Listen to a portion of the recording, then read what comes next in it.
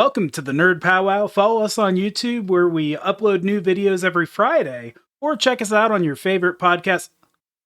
Hey guys, cut really quick. I think someone's knocking on my door. I'll be right back. Wait.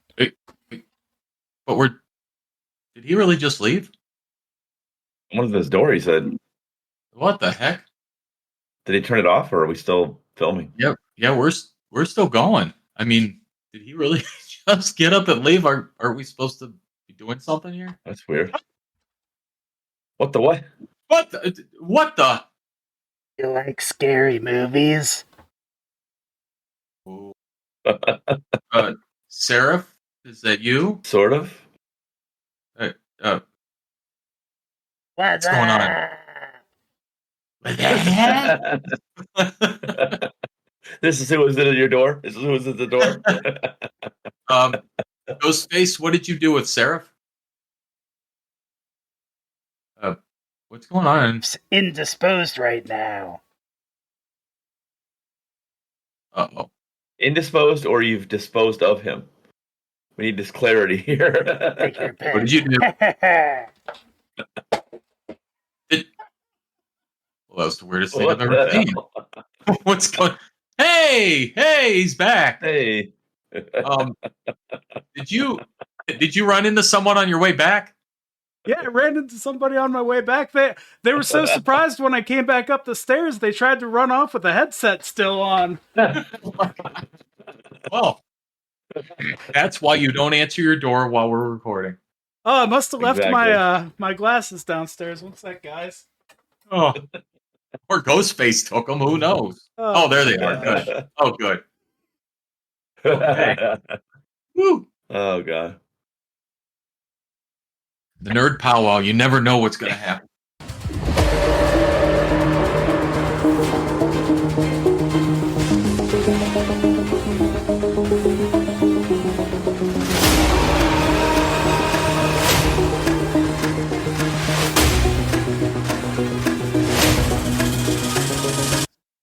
Welcome to the Nerd Powwow. Follow us on YouTube where we upload new videos every Friday. Check us out on your favorite favorite podcast platforms. Spoiler warning, we do deep dives on characters, storylines, and theory crafting. With that said, Mariah Bain, what are you talking about today? I think we're talking about Sentry. He's pretty relevant right now with the Thunderbolt stuff, so I figured we'd do a little dive into him, Mr. Rob Reynolds, or our favorite Bob. So, quite the contrast between the movie and his original story. So it's interesting. He goes from being a forgotten golden age hero, remembering who he was as an over the hill, overweight kind of guy. Nothing kind of starts sensing that the void is coming around again. So, it's quite the contrast, but it fit the bill. The kind of the flipping of the kind of mental health end of it, being strengthening that more than the over the hill part of it. Yeah, really fit the character with the duality of the void and Sentry, etc. So I thought they did a bang up job with it. I thought they really captured the character and made him. I actually liked him better in Thunderbolts than I did in the comics, I guess is what I'm saying. I thought he was just a more rounded character. I've never really cared for him in the comics. Every time he shows up, I just kind of roll my eyes at Superman clone with a weird weakness, or a weird side part, or some kind of combination between Superman and Adam Warlock. There's this. I just never really cared for the character, so I'm really glad to see him getting some flair in the Marvel universe that I can get behind. Yeah, because even reading, I had really enjoyed in the comics the Hulk in him, because really that's the first time he let loose. He always thumbed down his powers up until that point, and that's just magnificent, that battle. And then Sentry's kind of a new character. Made it. The first comic was in 2000, but it also started with him relearning who he was, then remembering that he's actually been around quite a while. Yeah. Yep. And just the void. Retrofitting him into the Marvel universe. I mean, the way they make everyone forget who he is. Because how do you stop the Void? I mean, just forgetting about the Void is the only way they were able to stop the Void. Yeah. And really, I mean, that dark side is in all of us in some ways, right? Yeah. Carl Jung talks about the dark side or your shadow self. And I think they could have taken opportunities to maybe dive in a little bit with working with that void.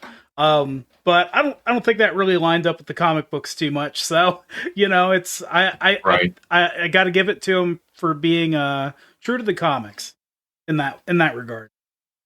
True. And avoiding the void is much harder than avoiding the noid. Which is what he said avoid the void. Made me immediately go to avoid the noid. Avoid the noid.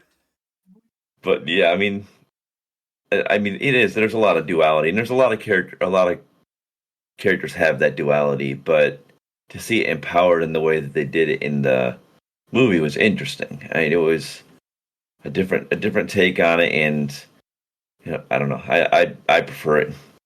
I think it was pretty neat. Yeah, and they didn't shy away from the character being a former drug addict either. No, like they displayed that as well. So got to give it to Disney on that. They're making these storylines a little bit more adult, a little bit more real, in some regard. And, to that point too, they didn't make it his drug addiction, etc. They didn't make that like a fanfare or like it didn't get this like awkward attention. It was just one aspect of who he was. You know what I mean? It was just in passing as you were learning more about him. That was one part of his history.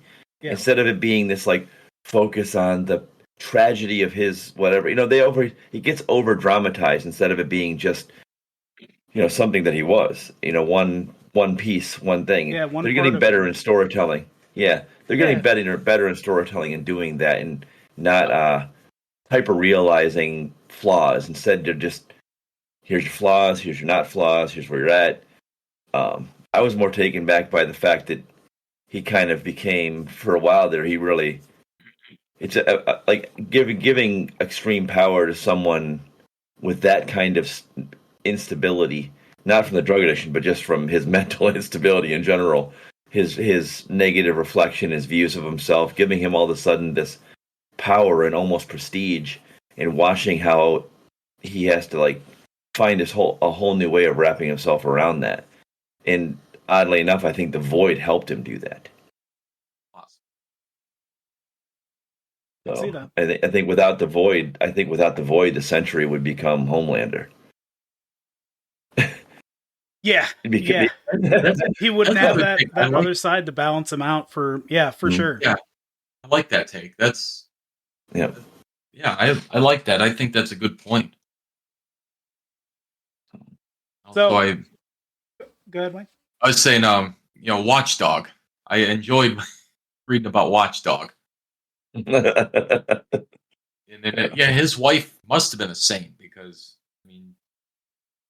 deal with him a couple times, becoming Sentry, and unfortunately, eventually he ended up killing her. Yeah. Somebody wants my attention. She likes Sentry a lot. It's her favorite superhero. That's why she's right there. Put me in. Yeah, it's really a tragic character. Seeing a character that can't reconcile with a part of themselves is kind of sad to see. Just kind of that delusion, almost kind of parodies like mental health medicines in some ways, that they make you forget some parts of yourself. Like we had lobotomies and things like that. That's along the same vein, like just trying to forget everything negative about yourself. Doesn't seem like a super healthy thing. No, and they've done it, and they've done that with multiple characters. And I like the fact that even though they've done that with multiple characters, how they handle it with each character is different. So take the Hulk, for instance. The Hulk is the same thing. Yeah. It's his emotions, etc. And they started off with they separated the Hulk and Banner for a while, and they found out that they couldn't exist separately, so they had to remerge them. They actually started becoming non-corporeal because there wasn't enough of either of them separate to make an entire being. So that kind of thing is really kind of cool. And they do that with the Hulk, and then they create the Green Room, which is basically his emotion box. Different emotions and different versions of himself. So that's how the Hulk handles it. Then you have Adam Warlock, who has something similar to the Sentry, but he splits off. He actually casts out his dark side and becomes an entire other entity for a while. It's a whole different thing. And then you have Sentry. So they do this. They take a trope and they make it unique to the character and they give it its own flair. And I think they do a bang up job of doing that. So, yeah, I definitely agree. When I was... And then you get like Moon Knight where they stick in 70 of them. Right, yeah. Sometimes too much is too much. Fair. When I was looking into Sentry, I kind of thought a little bit about Beholders. And the parallel I see there is a lot of Beholders, their lair kind of becomes like extensions of self in a lot of ways. And they create these elaborate layers that have all these little puzzles and like just different things. And the part of the Void reminds me of a Death Tyrant, because a Death Tyrant is created when a Beholder I believe it's when they're convinced that they're going to die or that they're already dead. And they will themselves into this totally other creature, a Death Tyrant, which is a lot more powerful and a lot scarier. But it kind of reminds me of that. You have this, this already very powerful entity, and then something so much greater can be created just out of that creature's mind, all in of itself. So, yeah, just kind of grab that a little bit. That's your nerddom has gone from like leveled up just now. I am thoroughly impressed because I was with you to Beholder, and you start talking ones who think they're dead or might die, and I'm like, we're going deep, folks. We're going deep. Yep. That's good shit. That's good stuff. But it really does. It does. Because the character, that's his dark side, or he's willing this stuff into existence. He has that kind of power. So interesting to see. I mean, he's ripped people in half before. I mean, yeah, he ripped Carnage in half, and then he went up to space with Null. Null was going to rip him in half, and like, nope, I'm ripping you in half. And ripped him in half. He just... Yep. And the fact that Hulk actually beat him, and I believe Thor did too. Just those... Yeah, they're powerful. We think they're powerful, but when we think of Sentry, we just think of them unstoppable. The only way to stop them is just make people forget about them. And then, of course, you got the Void. So you have unstoppable good, unstoppable bad. He's kind of like they have to have a governor on him a little bit. They have to find ways of he can't be too powerful. Kind of how we talked about Storm and the weather. Or Magneto with his power. There's like a governor on their powers a little bit. Yeah. You'll have to give him some kind of foil, some kind of weakness. Kryptonite. And it makes for a good story doing that. Somebody needed kryptonite, right. I mean, not to use literally what everybody says. If Deadpool is Marvel's Jesus, then Sentry is Marvel's Superman. Not to use kryptonite for that context, but it is funny. You're not wrong, though. Not totally, Is there a Deadpool versus Sentry? I need this in my life. Immediately, please.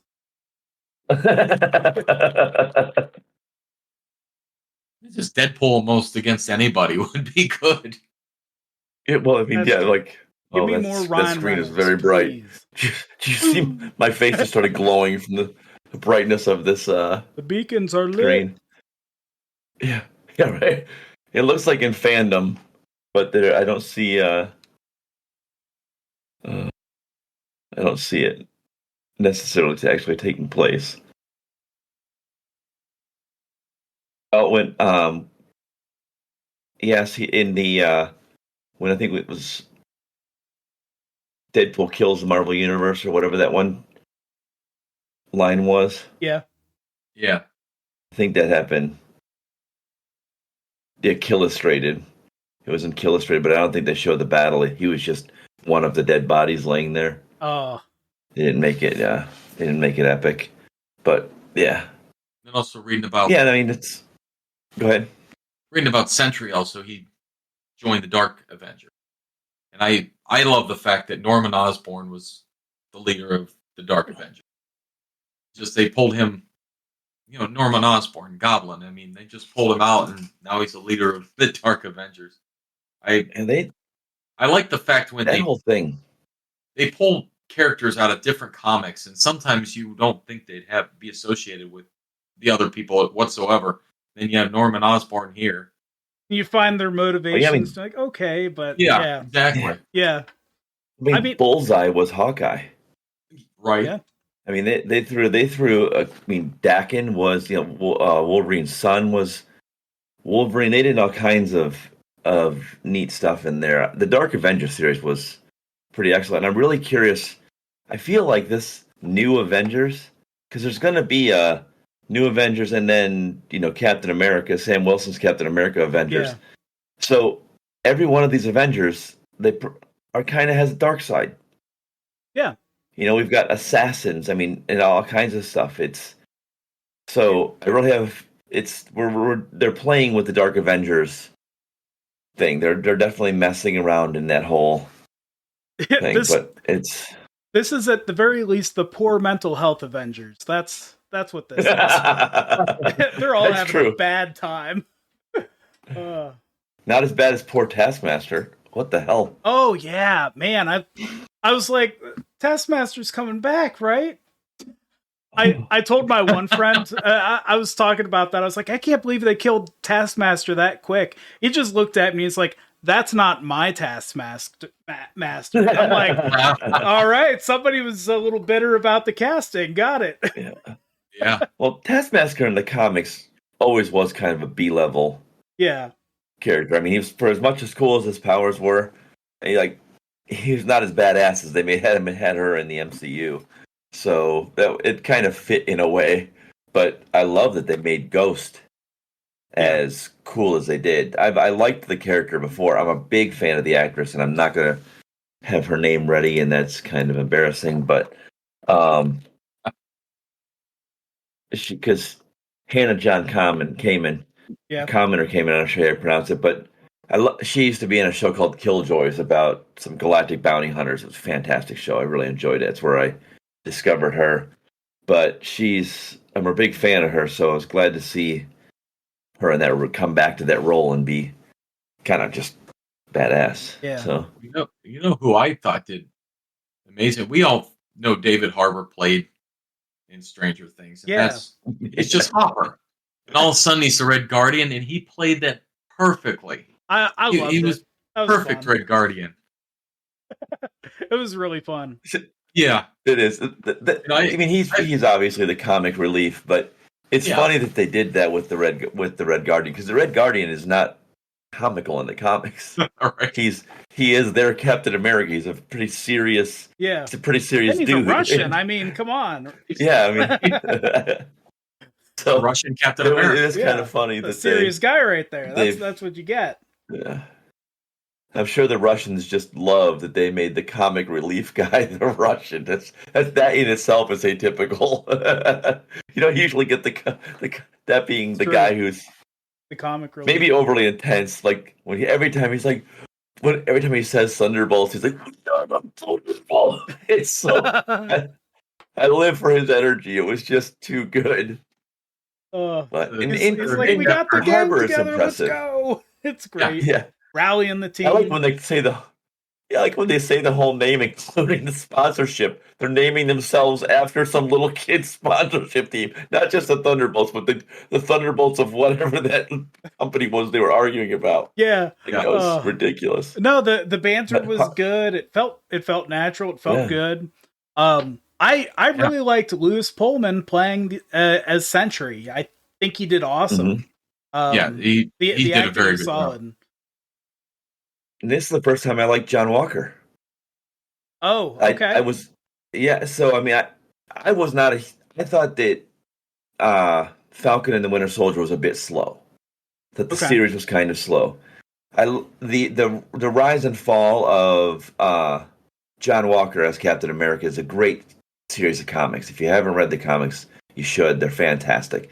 The guy really suffers for what, and he really wanted to be a good Captain America. And I felt like they missed that. They didn't capture that his actual passion. Like he failed himself more than anyone else. He wanted to be a great Captain America, and he just failed. Yeah. And is a lot, and for a lot of good reason in the comics. In Thunderbolts, I felt like they captured that. He lost his family. He's kind of dejected. He doesn't really know where he needs to be.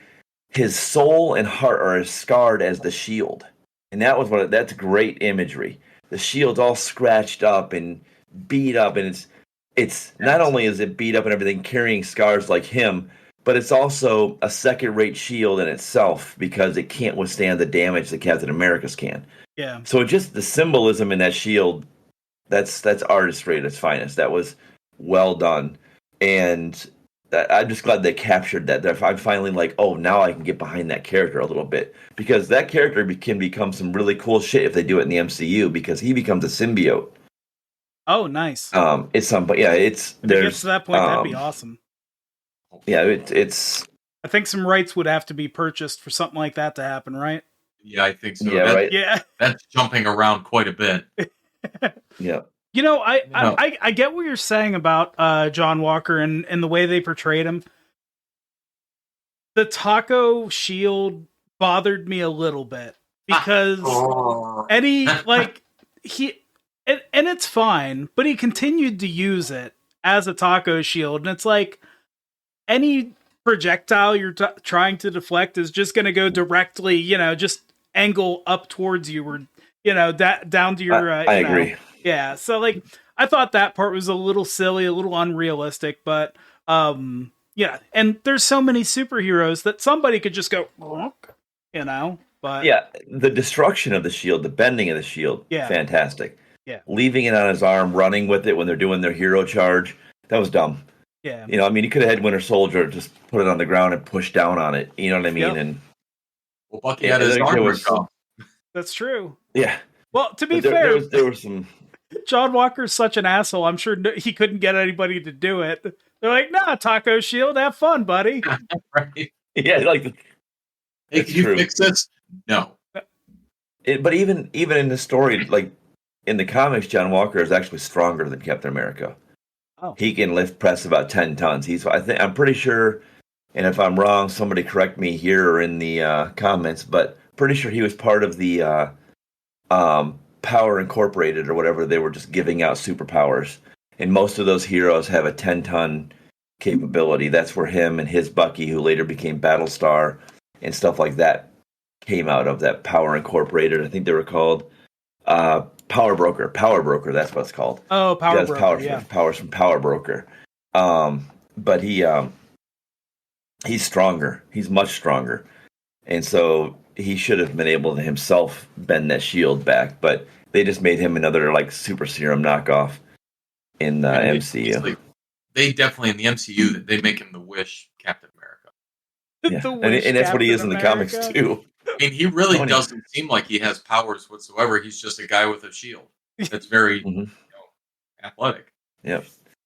I said he is a super serum, super soldier serum guy.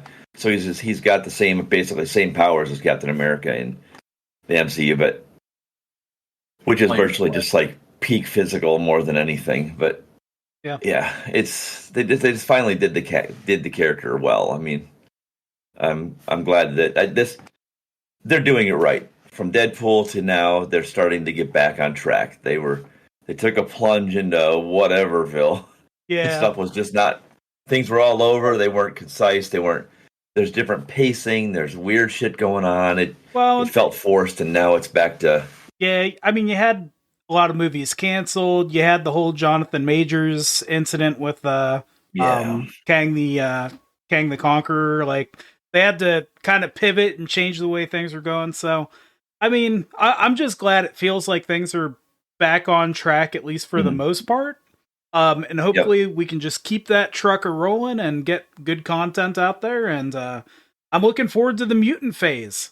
This is going to be great. Yeah, mine too. Yeah. Oh, me too. Yep. This is what I'm I've been looking waiting forward to, in my opinion, that mutants finally be done right.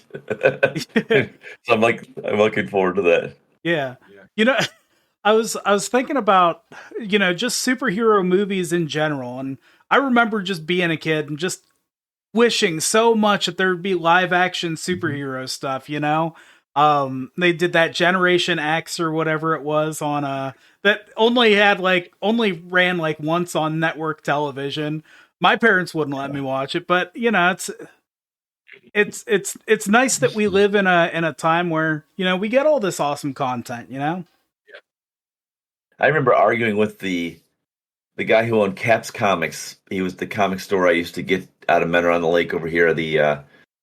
Where I used to get all of my hey kitty, all of my comics. He swore up and down there would never be an X-Men movie. It's like no way, no way. They won't. No way. They can't do it. There's no way. No way. What? No way. That guy's great. I love that guy. Fuck's sake. But yeah, No. he was just wrong. I was like, I'm telling you, they're gonna do it. It was right about the same time Terminator 2 came out. And I'm like, they could do the claws just like they did the metal. I'm telling you. It's the same stuff. Just do it with the thing. Yeah, just do it with the thing. Schnicked. Movie boy, get to making the movie. Right. Like, let's do it. Yeah. But, yeah. And as much as the X-Men movies they could have been better. But they were flawed. They were fun. I still enjoyed them. If they're on TV, I'm going to watch them. I mean, they weren't horrible. Yeah, I agree. They're watchable. In all comic book lovers, I reserve my right to believe that they were horrible. Did you think every comic book movie out there, the comic book people really can nitpick and pull apart stuff because they don't. Well, I think you said it before. If you're just telling the same exact story, it gets a little boring sometimes. So, it wasn't the diversion. It wasn't a diversion from source material that bugged me about him. It was the fast-paced, kind of shallow glazing over the surface. Like, honestly, if you didn't know anything about the characters in any of those X-Men movies, you wouldn't have cared about the characters. Well, it's only because you knew the history. So that's what Marvel did different when they did, starting with like Iron Man, the Hulk, all those things. Is you learned about this individual, you started giving a shit about him, whether you liked the comics or not. There's a lot of fandom that only is become a fandom from the MCU. The X-Men movies, you had to know about the X-Men to enjoy those movies, or to at least feel invested in the movies. So that was, to me, that was the big difference between the two. I can see that. One thing, you guys were talking about the movies with mutants and stuff like that. I'm going to date myself a little bit, but you should look up a show called Misfits of Science. I don't know if you remember that. It came out like 85. I think it only had one season, but they were all like mutants. Like they all had mutant powers. You had the ice guy. You had I forget, the one guy had like laser like shooting powers. It was just something else. I mean, it was funny, but it was corny and campy 80s thing. So that was definitely one to look up because it's like a one-off show that when you're talking about Mutant X and stuff like that, it's just, or Generation, was it Generation X or Mutant X? Generation X. Was it? Yeah. Seraph here told me about that about a year or two ago, and I had never even heard of it. I'm like, I'm going to watch it. Yeah. And, it wasn't horrible. It was an Emma Frost-led X-Men. The Wish X-Men, The Wish X-Men. They had a mutant X too. Oh, did they? A show called Mutant X. Ah. Yeah, 2001 to 2004. Well, that definitely has a lot longer of a runtime than Generation X. Yeah. Yeah, Mutant X wasn't terrible, but it was absolutely the X-Men. Google it and just look at the main picture. It's like Xavier. He's not bald, but it's John Shea is basically the Xavier-like character. It's 100%. It's 100% the X-Men. Well, that's good. Now I got another homework assignment. Yeah, there you go. Yeah. Come here, nerds. You're going to get homework and content you've never even heard of before. Yeah. Was Generation X a movie or a series? Movie. Yeah, it was a movie thing. It was a movie, hour and a half movie. I think when they ran it on TV, They had I Max think they Headroom broke in it it? up into like 4 parts, maybe. Oh, when it was on TV, you mean? Yeah. Yeah, I think they might have done it like that, but can't I fully I remember. That remember was now a because long time ago. it had Max Headroom in it, so I remember it now. Oh, did it have Matt Max Frewer. Headroom in it? Yeah, Matt Frewer was in it. He Huh. was Yeah, the psycho guy with the. I like that Okay, character. yeah, he was. Yep. Yeah. I didn't thought about that for a while, but I'm like, oh my god, it's totally totally. I really liked He's when he great. I played. love that actor. Yeah. He played in Star Trek: The Next Generation for an episode. And it was yeah. a really good episode. Man, talk about dated though. That Generation X. That. Yeah. I forget what exactly was said, but there was a couple things that they said during that show. I was like, ooh, that would not go over well now at all. Wow. Oh, I do that frequently. I like to go Yeah. back and watch television from a certain era.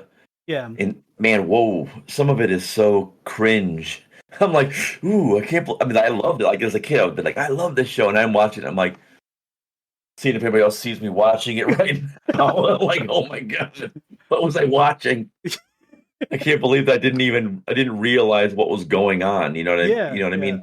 It's just amazing how a certain time period there's things that are just completely acceptable, and as we mature and grow up and move through time, I'm like, unacceptable, guys, unacceptable. Oh man. Oh man, that's funny. So yeah, I mean, Matt Frewer's even in a show that I'm watching right now called The Hunting Party, which is an interesting little borderline sci-fi show. There's they prisoners who have the death sentence. They take them, they fake their death sentence, and put them in this facility. I think they call it the Vault, and they do experiments on them trying to cure their criminality. What was this show called? But The Hunting Party. It's really good. New. It's got 1 season, just came out. It's really good. It has an actress in it that I also really like. Melissa Roxburgh. But it's a great show. I really enjoy it. But the premise is that the vault, something happens, the vault explodes, and these people that they've been experimenting on and trying to fix their criminality have escaped, and she's part of a group of people trying to find those people. And it's kind of neat how it's some of the ways they tried to cure them have twisted their original psychosis. So the cure has actually mutated or metamorphosized their original psychosis to make this twisted. Overcorrected it, kind of. Overcorrected it or set it on some kind of divergent path. It's neat. It's got a lot of potential. I really hope they continue with it. So where can we watch The Hunting Party? Where did I watch The Hunting Party? I have way too many. Way too many streaming services. Streaming apps. Yeah. No. Yeah. Speaking of new content, looks like I was watching that. Yeah. Go ahead. Speaking of new content, I picked up this game. It's Clair Obscura Expedition 33. It is I want it. Final Fantasy. It just is. It's feels like every Final Fantasy from 10 back. Turn-based combat. There is a parry and a dodge system. The plot line's amazing. The graphics are beautiful. It is a turn-based game, so it's not for everybody. But there's even I got to the world map, and there's a camp system. I guess there's a relationship meter thing that you can do with it. But it's been a really interesting game that I've played so far. Wayne, you're looking at it a little bit. What were your impressions of it? Yeah, just watching you play it, it looked fun. It looked like something I could get into. Yeah, the backgrounds are just beautiful. It's pretty sweet. I saw you had 2 characters, but I've seen where you can play with 3. Yeah. Now, do you have multiple characters, but you only can choose 3 to play with? That's a good question. I haven't gotten too far into it yet. Laura and I are playing this one together because it's one of those couch relaxed kind of casual games, right? So we're just enjoying our crunchy little game when we have time to play together, and there you go, doing the thing. It's pretty. So I I really want to get back into that game and play it, but Laura has to go to bed. Go to bed, get sleep. Yeah. Jeez. Well, so the hunting party is streaming on Peacock. Peacock. So that's where I watched it. So check it out on Peacock. It's really good. And going back to Expedition, that game's been on my radar for a while. I haven't played it yet. As a matter of fact, I think you just kind of confirmed that I'm going to pick it up tonight. Yeah. But because I need a casual game. Yeah. My schedule's been crazy and all over the place, and so I could really use a nice casual game with that kind of heart to it. Yeah, no, and man, the story's really good and it's really well thought out. Without getting like too deep or giving any spoilers, that it's Expedition, right? So there's Expedition 33. It would stand to reason there's other people who would go on expeditions, so I'm not spoiling anything here, but so other people who've been on expeditions, they've done things to kind of lay the path for you. And so you're kind of advancing upon the path that's been laid before you, and you're picking up notes and you're finding things. They had certain expeditions set up to do certain things when they went out. And so there's like some conveniences that you find on your mission, on your expedition, because, someone's been out there before. They've walked this path. You like collect journals of stuff stuff that's happened to people. It's very, very cool. It's very well executed. And Charlie Cox. It's only scary. Oh, go ahead. Cox? Charlie Cox voices the main character. Oh, no kidding. So, that's a selling point. The actor that plays Daredevil voices the main character. It's so good. It's great. It's a fun system. So I recommend that if you played any of the old Final Fantasies, grab it. It's PC, Xbox, and PlayStation. I'm going to pick it up tonight. I need something like that in my life. And like I said, as long as I don't play along and all of a sudden Expedition 34 starts catching up with me, I'll be right? plenty happy. Like, oh crap, I screwed something up. There's 34. They already got the next guys. Oh man. Wonder if it's on Switch also. Probably not. I'm not sure if it's on Switch or not. But yeah, no, it's a beautiful game. The beginning, it introduces you to the world as you play, and you just kind of learn along with, you just learn the story as you go through, and you just watch it unfold in front of you. So you kind of had me at Switch version. I'm a PC guy through and through, but casual games like this might be really fun on a handheld. Yeah, I've got a Steamdeck that I play a lot of games. I started playing Skyrim on it recently. Oh, nice. Yeah, because we were talking about, Elder Scrolls Oblivion, and like, well, you know what? I haven't played Skyrim in a long time. So I booted it right up. Looks like they're going to hold off with Clair Obscura for the Switch 2. Oh, they are? Okay. That's all. There's no confirmation, but all signs are pointing to that. It makes sense because the game's, graphically, it's very impressive. I'm sure they don't want to lose any of that. That's kind of the selling point of most Final Fantasies, is they take advantage of the hardware as best they can, kind of optimize a little bit, which the game was beautiful, and I had my graphics up pretty high, but like it felt like a pretty optimized game too. It felt pretty polished for I think it's still technically early access maybe, but yeah. With your Steam Deck, Wayne, what games do you find best to play with the Steam Deck? If you're trying to sell me a Steam Deck, how would you do it? So I've played Assassin's Creed on it, and then I was playing Skyrim on it. Dead by Daylight plays just fine on it. Baldur's Gate does play on it. However, you would basically be playing on a Xbox or a PlayStation. So it has like the circle with the choices, and I am not familiar with that at all. I'm used to the keyboard and mouse. It has like the pinwheel, like action. Yep. Okay. So I started to play it, and I'm like, what? I was like, you know what? I'm just going to reserve that for my desktop or my laptop. But yeah, playing Skyrim on the Steam Deck was just fine. Ran just fine. The only thing I noticed about the Steam Deck, it gets hot fast. Does it? Yeah. Really? And they said the battery life can be like 5 to 8 hours, but 2 is best with games like that.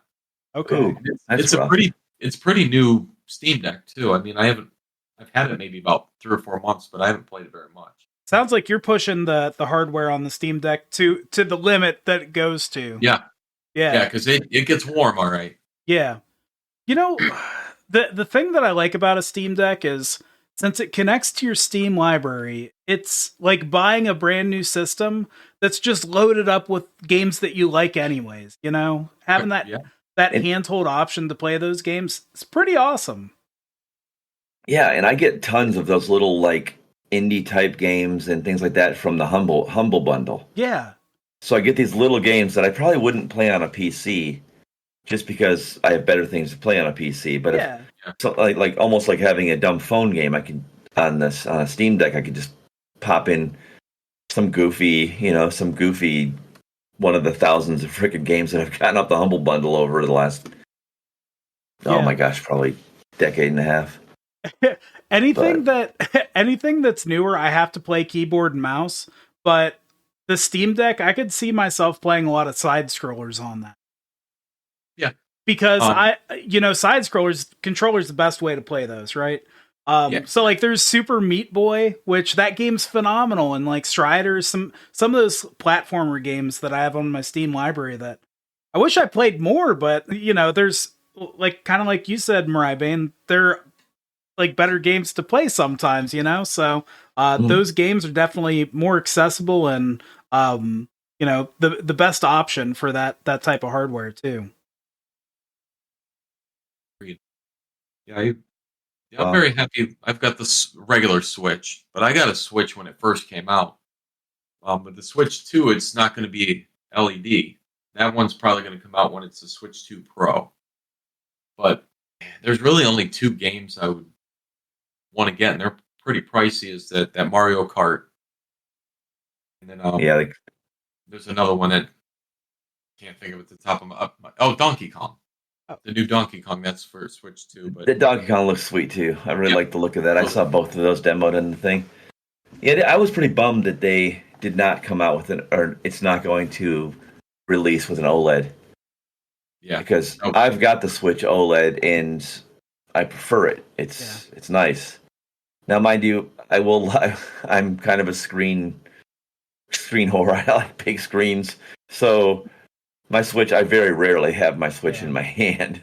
I usually, it's. I've got a dock. And I can hook it to one of my monitors on the right on the desktop here, or I can hook it to my TV. I got another dock over there, and I just take it out, and switch in between the two. But at the same time, I feel like why have an inferior screen when you've already had a superior product? You know what I mean? So like. I don't know. It just doesn't make any sense to me. It seems like a back step. It's Switch 2. It should be better. Yeah. In every way. Right. Yeah. Right. Yeah. I get it. I get it. We'll see. There is something that almost sold me on getting one. We have the first Switch. We hardly touch it. I'm not buying another handheld until we actually play our Switch. Like it doesn't get much use. So, but the Switch 2, you can use one of the Joy-Cons as a mouse. And you can connect I guess it has a Bluetooth keyboard support now. Oh, nice. So, the Steam Deck has that. That's kind of cool. Yeah. The Steam Deck has you can keyboard and mouse to it if you want. Nice. That's good. Because the Switch, I literally get the Switch for the one-off games that are only Nintendo that I like Mario. Unicorn Overlord, for instance. I love that game. It's a fantastic game. It's an Atlas game, which is a little different than their typical games, but it's the only place I could get it. So I didn't want to. I'm like, okay, so I guess I gotta get a Switch to play these games, the Zelda games. I'm a huge fan of Zelda games, and there's one place to do it. And now that I know they're redoing the Metroid Primes, even though I prefer the original Metroid style, the scrolling Metroid, the Primes were still great games. Yeah, and I'd love to play them. I'd love to see a port for the Metroid games to PC, like not just a what do you call it, what do you call it? When you video games on a PC, when you make them, what the heck's that called? Emulator. Thank you. Oh, okay. Emulator, got it. Not just emulated, but actually like a port, actually like written for keyboard and mouse. Because I would love to be, I'd love to be in the Metroid universe with an open world with a keyboard and mouse. I think that would be a blast. I would really enjoy that. But we'll see how it goes. They make docks for the Steam Deck. They're like $30-$40 so you can buy one. And you can dock your Steam Deck. So, gosh, at that point, you could buy that instead of having a PC. You know, you could just connect it to a monitor and play it just with keyboard and mouse. But you're losing a quality there, though, right? The Steam Deck's not putting out what my video card's putting out. I'm sure it's not. I don't know. The graphics are amazing, and there's no hesitation. There's no buffering, and it is really a smaller screen, but it's like playing a normal system. I've never had. I mean, I can see it on smaller. And then, screen, but it's just a wirelessly connected to the internet, and I've never had any issues. No buffering, no. It can display in 4K if it's docked. At what kind of frame rate? Probably not great, depending on the game, but that's the potential it has for output. I think. What graphics card do they have in the Steam Deck? Because I don't plan on docking it. I've got a laptop. I've got my desktop. Yeah. There's no point for me to dock it. But as far as graphics go, I think they're excellent on this thing. There is no really drop off from my computer to the Steam Deck. But you're casting it from your PC, right? No, you download the right onto your Steam Deck. Now it does have an option to stream from your computer. Yeah, you can use Steam Link if you want to do that. Yeah, but you just download them right to your Switch, or I'm sorry, your Steam Deck. I mean, why would anybody buy a PC if it was as good? You know what I mean? The graphics card is the equivalent to an RX 570. So it's. Oh well, that explains a lot. Yeah. Okay, that explains a lot. Hardware's a little bit older. You know, it's not as not as modern as most of our PCs, but it's not terrible. I think. Gosh, you just buy a PC because it's cheaper to upgrade too. You know, that's my thing. It's the versatility. Yep. Really, the Steam Deck. I have to have that versatility. Laptop or computer. Yeah. Steam Deck's probably about $500-$600. Yeah. Yeah, kind of like the Switch. I think it's pretty good. The Steam Deck, I think it's pretty good value as far as for what it is. It's contained. You don't have to screw with things. Like you just start installing games, pretty much, right, Wayne? Yeah, and it's got plenty of memory. I've probably got about 8 games downloaded on there. Yeah, it does me just fine. Yeah, so it's like $650 for the Cadillac, the terabyte one, huh? An OLED. That's the one I got. Yeah. Huh. Yeah, it's nice. I enjoyed it. Yeah, I like the idea of it. But going back to the games, when you bought that Clair Obscura, John, did you get the deluxe edition or the regular edition? Is it worth the $10? I got the regular edition. I think the updated version, the collector edition or whatever it is, the extra $10, I think it just gets you a couple of skins. I don't think it's really worth it. Yeah. Usually those things are like $30 or $40. Like the next version, I'm like $10. I'm like, yeah.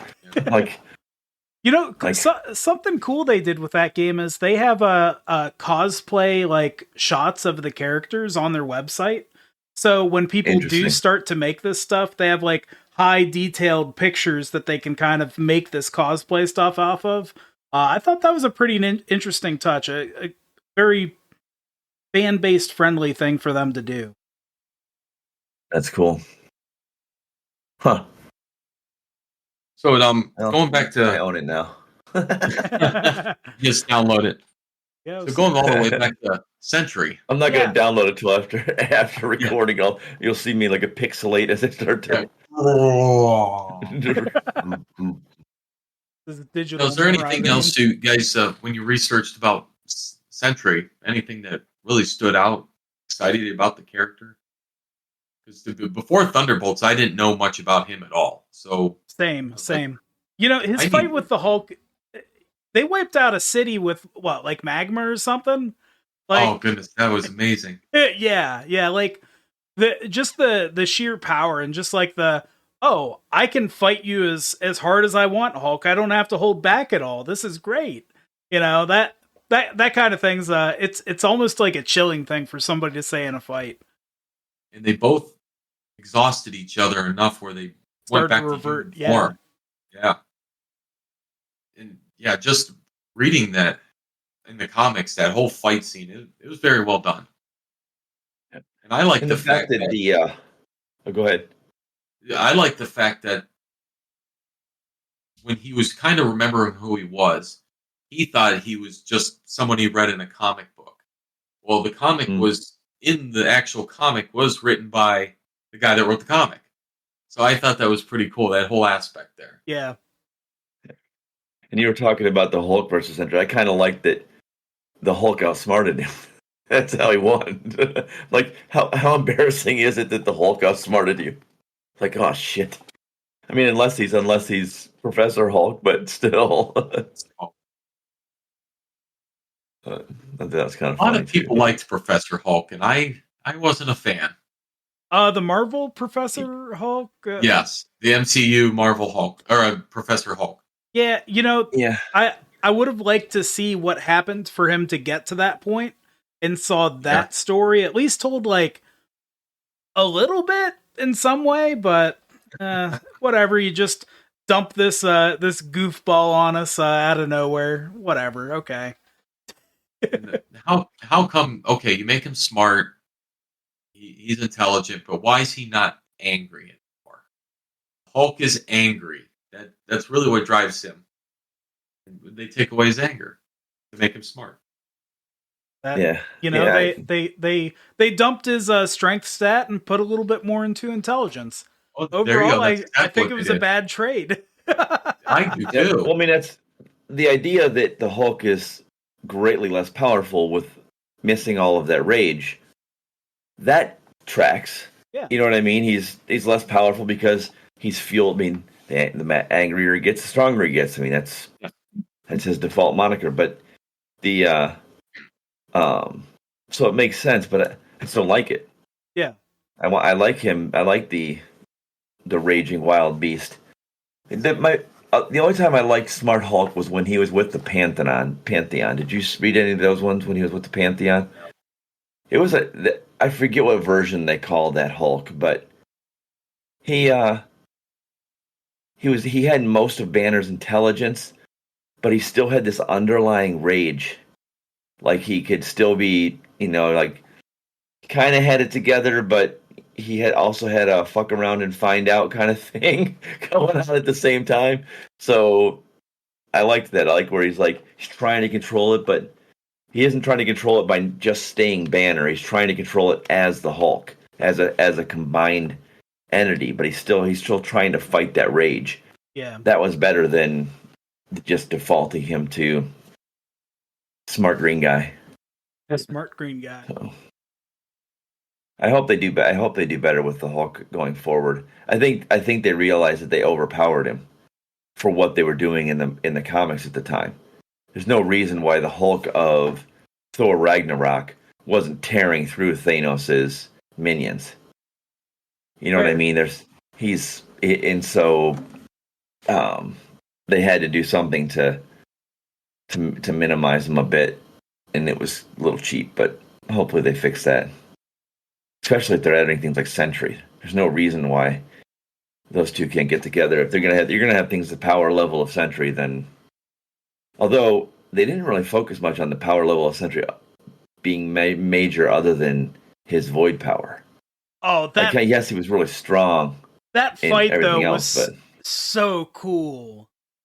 It was great. It was great, but he's cool. He's not.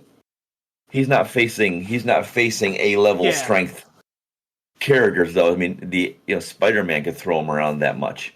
Yeah. You know what I mean? So you didn't get the full grasp of just how powerful he is, even though the fight was great. I loved everything about that fight in that movie, but yeah. Like, oh, why would I kill him? They can't possibly hurt me. Right. Like, I know I'm gonna just let him go. Too cool. It is. It's great. I'm really liking this whole new direction. And by the way, speaking of new direction, I don't know if this is real or not. I just saw it caught and it looked real. It looked like somebody stole a clip of Doctor Doom, the Stark Doom, with the Scarlet Witch. Oh, like she's in the new one. So I'm really curious on whether or not that whole thing is happening. I caught a glimpse of it it looked at me. Who knows with people generating graphics, etc. nowadays, but this looked getting crazy. Yeah, it looked really legit. I didn't dive into it. I saw it on my phone when I was at work, so I was like, nah, didn't have time to dive into it. But she's got to return, I'm sure. Of course, yeah. We got to get Wanda back. Yeah, poor Wanda.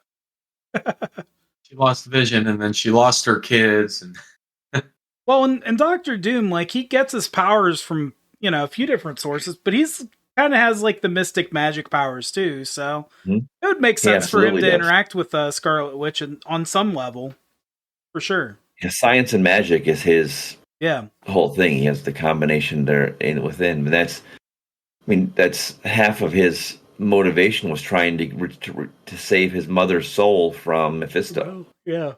So she was like in a burlap sack in Mephisto's lair. It was kind of funny how they did it in the comics a couple times, but yeah, make Mephisto a mustache twirling villain.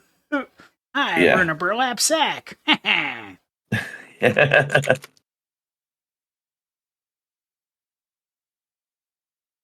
yeah. We'll see. And I'm curious if they're going to mess up his face or not. So, because that would really the vanity of Stark having his face messed up could really make Doom go down a darker path.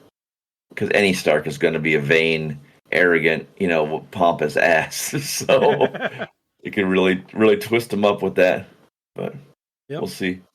With Sentry, and did you guys read about how Mastermind involved with him and wiping everyone else's memory of him? Mastermind's definitely a interesting character to me. I mean, it was part of the Phoenix Saga for the X-Men animated series, where I learned about Jason Wingard.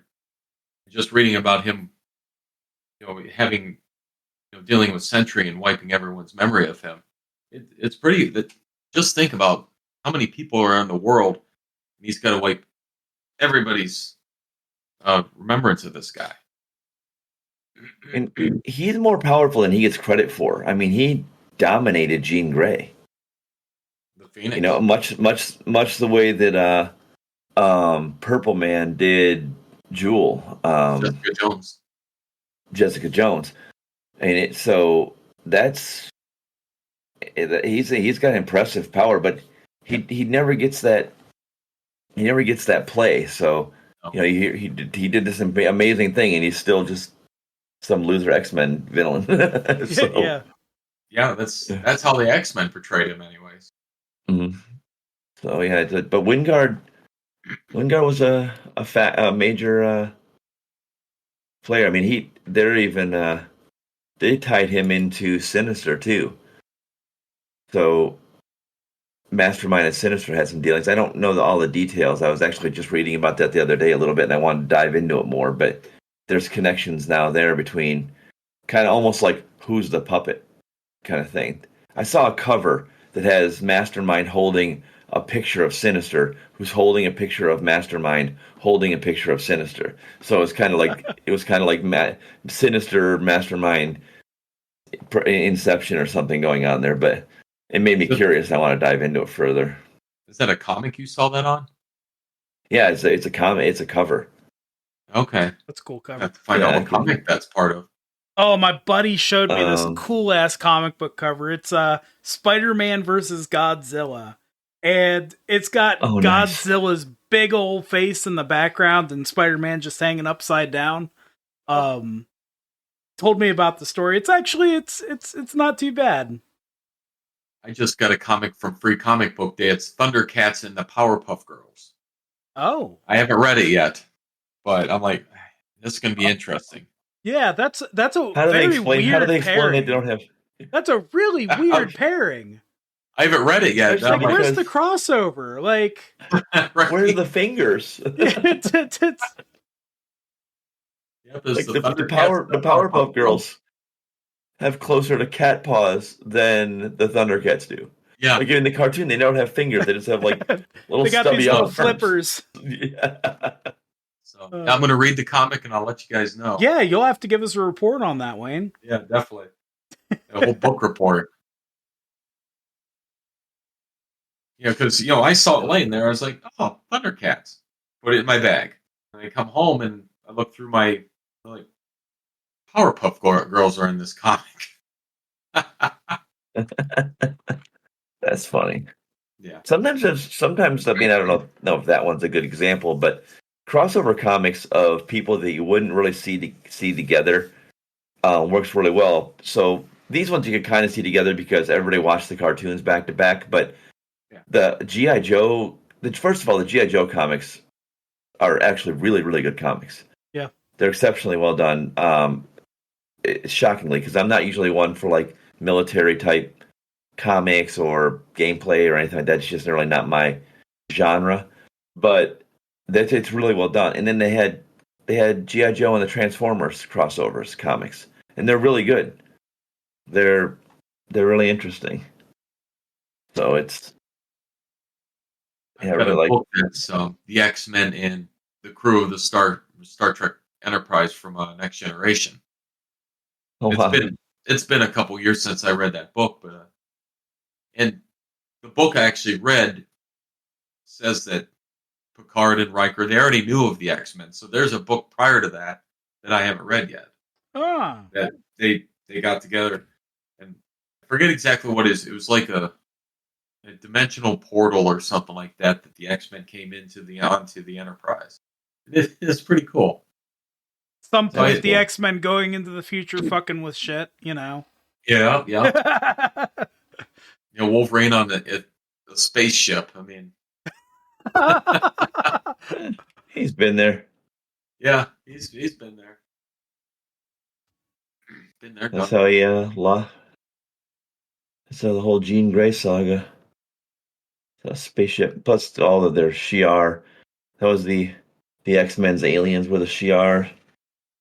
I really like the Shi'ar. Just anything about the Shi'ar I like.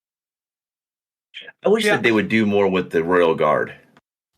As much as I don't much care for Gladiator, the Royal Guard is cool. They have a lot of neat things. The Royal Guard and what's Corsair's group? The Starjammers. Starjammers. Yeah, and Starjammers. There have been Starjammer books, but I just like to see more of that. I think there's really a lot there. It must not have done well. That's my only gathering that they did. It's never been written well. All of the ones that I read, they weren't bad, but they weren't gripping. Yeah. They just weren't. They didn't have any last. But like even characters like Hepzibah, if I've only ever read the name, so excuse me if I butcher the thing, but the skunk girl from Starjammers. Oh, yeah. She's neat. She's quirky.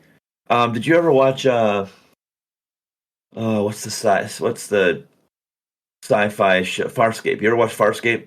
Farscape was good. Farscape was great.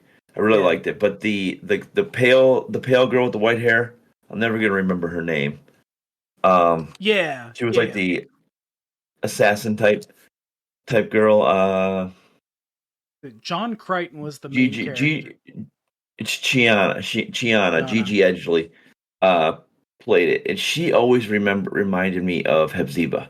the character, that quirky way she spoke, like she didn't like the English was a different language for her. The whole thing, she would have been a perfect Hepzibah. I always thought that if anybody, I don't know what Gigi's doing nowadays, but if they ever cast anybody as Hepzibah, she would be a fantastic casting for that. I always thought that she was perfect. And good old Chod. Chod. Chod. That's just a fun name to say to begin with. Yeah. Chod. Yeah. And there's little characters in that they don't get any play. Like there was a little insect-like guy that was he's shaped like a helicopter. So they named him Sikorsky. Like after the helicopters. But yeah. Yeah, it's good. Guys, anything else about Sentry? Maybe we excuse me.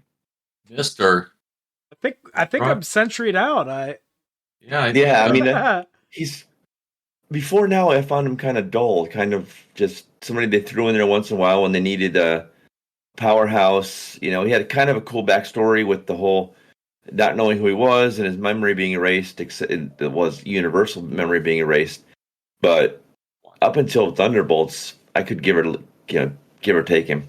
It just wasn't.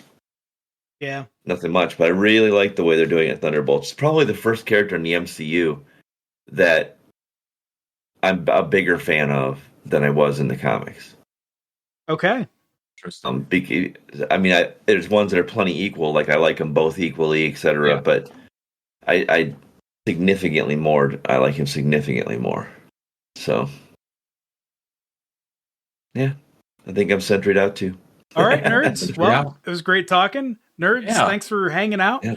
Sticking with us all the way up until this point, and anybody still here, make sure you drop us a like. Make sure to follow, subscribe, and nerds, we will catch you next time.